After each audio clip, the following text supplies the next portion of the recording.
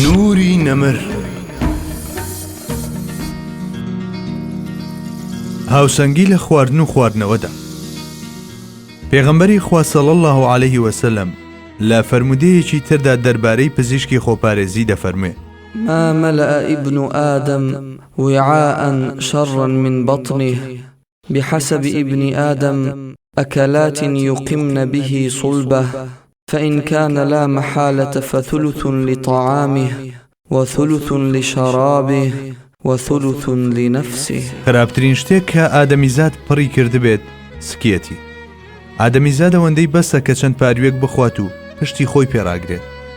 ئەگەر هەر نەیتوانی وا بکات ئەوە باگەدەی دابەش بکات. سێیەکی بۆ خواردن، سێیەکی بۆ خواردنەوە، ئەو سێیەکەیشی ماوەتەوە بۆ هەناسەدان. هەروەها چەند فەرمودەیەکی تریشن کە دەبنە پاڵپشتی ئەم فەرمودەیە. لە یەکێک لەوانەدا پێغەمبەری خوا دەفەرموێت: أخشى ما خشيت على أمتي كبر البطن ومداومة النوم والكسل وضعف اليقين.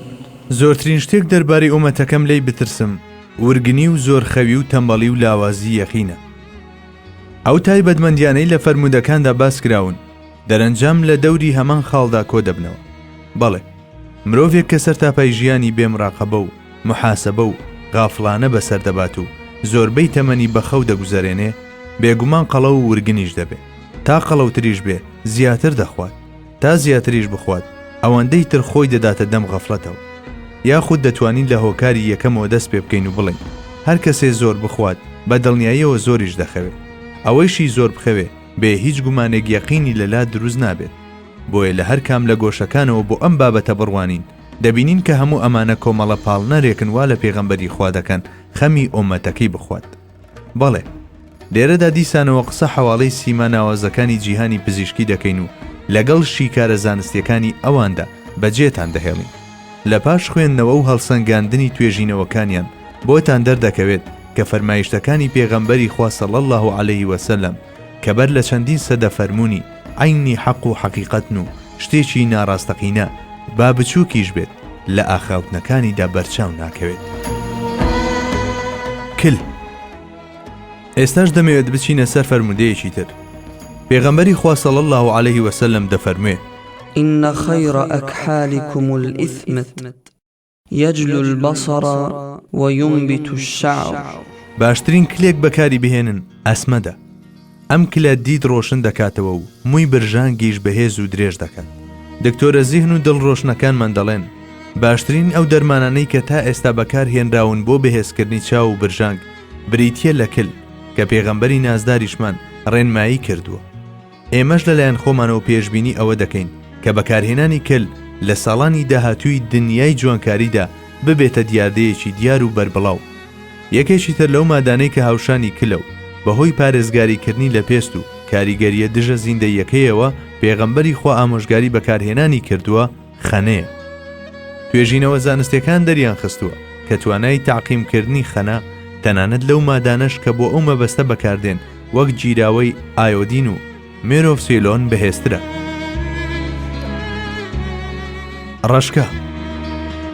لە فەرمودەیەکدا کە ئیمامی بوخاری لە ئەبوو هورەیرەوە ڕەزای خوای لێبێ دەیگێڕێتەوە، پێغەمبەری نازدار دەفەرموێ: إن في هذه الحبة السوداء شفاء من كل داء إلا السام. ئەم دەنکە ڕەشکەیە دەرمانە بۆ هەموو دەردێک جگە لە مەرگ. دەستەواژەی هەموو دەردێک لە زمانی عەرەبیدا کینایەیە بۆ زۆری. لەگەڵ ئەمەشدا ئەگەر بخرێتە بەرنەشتەری توێژینەوەیەکی بنەڕەتی و لێکۆڵینەوەی جددی لەسەر بکرێ، چێ دەزانێت چارەسەر و دەرمانی چەندەها نەخۆشی لێ دەدۆزرێتەوە. هەروەها فەرمایشتە پیرۆزەکانی سەرنجمان بۆ لای دوو خاڵ ڕادەشێشێ. یەکەمیان ڕووی شیفا بەخشی ڕەشکە، دووهەمیان تەنانەت ڕەشکەش چاری مەرگ ناکات. جابالێرەدا ڕووی زانستی ئەم باسە بۆ پسپۆڕانی ئەم بوارە بەجێبهێڵین و هەڵوێستە لەسەر یەک دوو خاڵ بکەین. لە کاتی نەخۆشیدا و بە تایبەت لە ماوەی چاکبوونەوەدا بوونی ڕێژەیەکی زۆر لە پرۆتین لە خواردنەکاندا زۆر گرنگە. لە پاڵ ئەمەشدا دەوڵەمەندی لە گەرمۆکە و ڤیتامین و اینجا ئاسانی هەرسکردنیش بە هەمان ڕادەگرنگن. وابزانم ئەو شتانەش کە پزیشکەکان لە کاتی نەخۆشکەوتندا ڕێنمایی دەکەن هەر ئەمانن. جابۆیە دەبێت ئەو خواردنانەی نەخۆش دەیخوات پرۆتین و کالۆری زۆریان تێدا بێت و هەرسکردنیشیان ئاسان بێت تاکو لەلایەکەوە نەخۆشەکە ئەو هێزەی بێتەوە بەرکە لە دەستی داوە لەلایەکی تریشەوە لە کاتی هەرسکردندا وزەی زۆر بەکار نەبات. لە ڕۆژگاری ئێستاماندا توێژینەوە زانستیەکان سەلماندویانە کە هەموو ئەم تایبەتمەندیانە لە ڕشکەدا بوونیان هەیە. ئەو نمونە بەرجەستانەش کە لە پاش ئەزموونکردن گەیشتونەتە ئەنجام نایەنژماردن. ئەمە ئەوە دەگەیەنێت کە پێغەمبەری خوا صلی الله علیه وسلم هەرگیز لە خۆیەوە قسە ناکات و تێگڕای ئەو شتانەشی باسییان دەکات دێنە دی و ئەنجامەکان هەمیشە تەصدیقی دەکەن. مێش جابا بە فرموودەیەک لە سەحیحی بوخاریەوە درێژە بە باسەکەمان بدەین. سەرداری مرۆڤایەتی محەممەد صلی الله عليه وسلم دەفەرموێ: إذا وقع الذباب في إناء أحدكم فليغمسه كله ثم ليطرحه فإن في أحد جناحيه داء وفي الآخر شفاء. ئەگەر مێش کەوتە ناو قاپی خواردن یان خواردنەوەی یەکێکتانەوە ئەوە با هەمووی نقم بکاو لە پاشان فڕێ بدە، چونکە لە یەکێک لە باڵەکانیدا دەرد و لەوی تریشیان شیفا و دەرمان هەیە. یەکەم، پێشەموو شتێک لەو ڕۆژگارەدا کەس نەیدەزانی مێش هەڵگری میکرۆبە. کاتێک مێش دەکەوێتە ناو شلەمەنیەوە بۆ پاراستنی خۆی هەوڵ دەدا یەکێک لە باڵەکانی بە بەرزی بهێڵێتەوە، واتە هەردوو باڵی نقم ناکات لە شلەکەدا، تاوەکو کاتێک ڕزگاری دەبێ باڵە وشکەکەی کردداری فڕینی بۆ ئاسام بکات. ئیتر بەم شێوەیە مێشەکە دەفرێ، بەڵام ئەو میکرۆبانەی کە لە ناو خواردن و خواردنەوەکانماندا بەجێی هێشتووە تووشی نەخۆشیمان دەکەن. دووهەم، لە حاڵەتێکی وادا ڕێنمایی دەکرێت بە مێشەکە بە تەواوی نقمی دەفرەکە بکرێ و دواتر دەربهێنرێ و فڕێ بدرێ، چونکە لە یەکێک لە باڵەکانیدا میکرۆب و لەوی دیکەشیان دەرمانێکەیە کە کاریگەری و زیانی ئەو میکرۆبە ناهێڵێ. جا لەو کاتەدا کە مێشەکە لە تاوترسی لە ناوچوون باڵە فرتێ دەکات بەدەستدان لە پشتی ئەو کیسە دەتەقێ کە دەرمانەکەی تێدا ئەمبار کراوە. ئیتر بەو شێوەیە مێشەکە ئەو میکرۆبە لە ناو دەبات کە باڵەکەی تری هەڵی گرتە بوو. ئەو زانایانەی بە دوواداچوونی ئەم حاڵەتەیان کردووە دەڵێن کاتێک دەستمان نا بە پشتی مێشەکەدا لە ڕێگەی میکرۆسکۆپەوە بینیمان کە چەند بوونەوەرێکی میکرۆسکۆپی بەم لاو ئەولادا پەرش و بڵاو بوونەوە. لە لێکۆڵینەوەکانی دواترماندا بۆمان دەرکەوت کە ئەوانە چەند کارمەندێکی تایبەتن بە کردداری تاقیمکردنەوە. خوێنی بێنوێژی دایکی مانداران حەزرەتی عایشە ڕەزای خوای لێبێ بۆمان دەژێڕێتەوە.